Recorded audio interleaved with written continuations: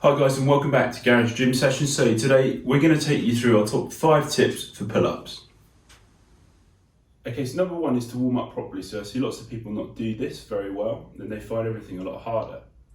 So all we're going to do is some similar movements at a slightly lower intensity just to get all of the muscles used in the pull-up warmed up, ready to go. So the two things I like to do are different angles of rows. So this one's a 45-degree inverted row.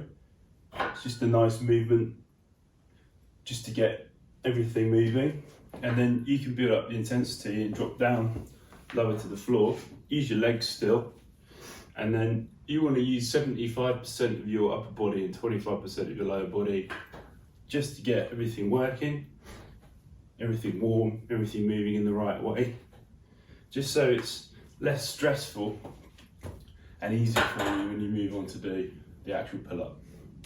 So point 2 is to vary your grips. Now there's 4 different grips that we like to use, and they can be varied by where your hands go and how wide apart your hands are from each other. So the first one is an underhand narrow grip.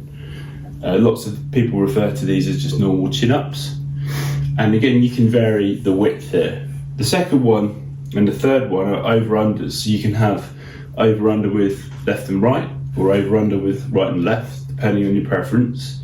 And again, you can play around with the width of these depending on what you want to try and achieve or what type of strength you're specifically working on.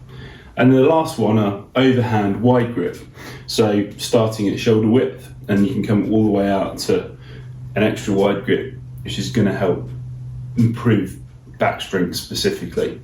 So mix it up, try different ones, and get good at all of them rather than just really good at one of them, because it's just going to give you more tools in your toolbox and it will actually make you stronger a lot quicker. So point 3 is using strength bands to help. Now the thicker the band, the easier it's going to be, because it's going to offer you more help, more rebound elasticity, and the thinner the band, the less help it's going to offer you, obviously, because there's less rebound elasticity.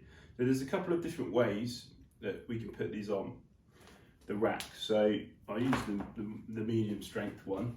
So when you're putting on the bar specifically, you can just put them and pull them through themselves, and then you can tuck your knee into the band. Just make sure your heel's up to your bum, because otherwise it could ping off and hit you, which you don't want to happen.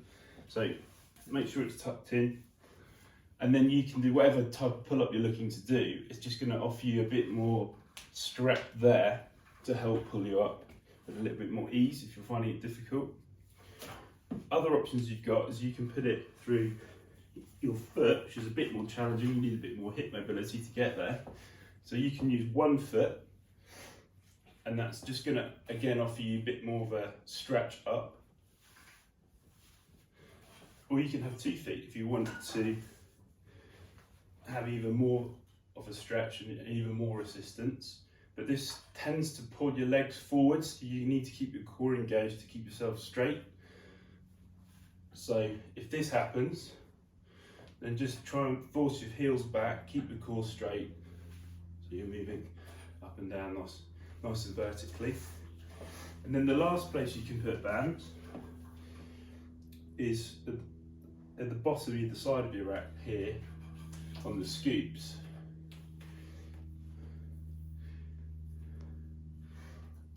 And again, that just offers you a bit more of a platform here. So again, you can use one leg, and it just gives you a bit more ping up, or 2 feet.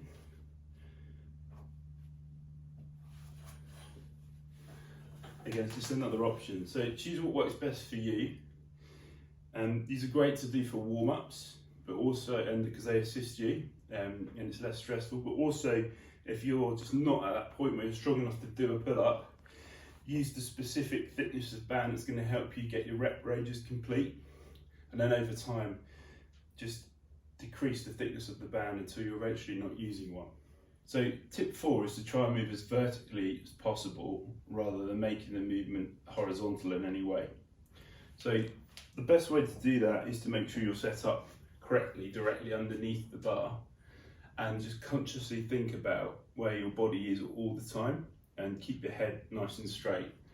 So if you're looking up all the time, it's quite easy to put yourself offset at an angle, whereas if you're looking forwards, it's much easier to get that vertical movement without any unnecessary momentum making you swing, or your weight forcing you more into a horizontal position, which you don't really want. It's just going to make the exercise harder. So keep your head up, look forwards, and just check in with where your body is all the way through the movement.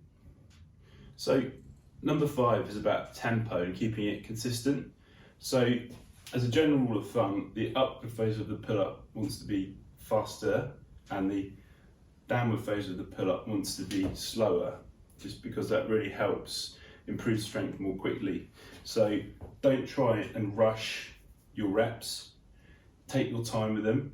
So for instance, if I was doing an overhand shoulder width pull up, I'd want to come up for 1 and down for 3, like so.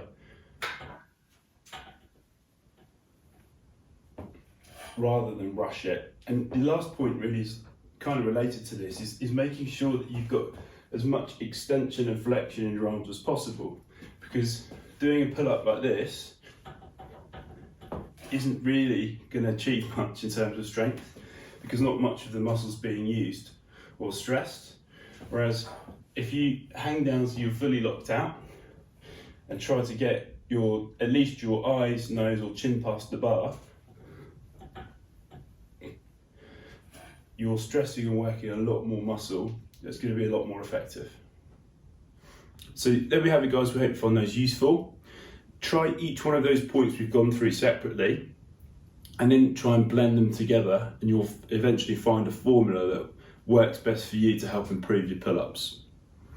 Any questions or comments, drop below.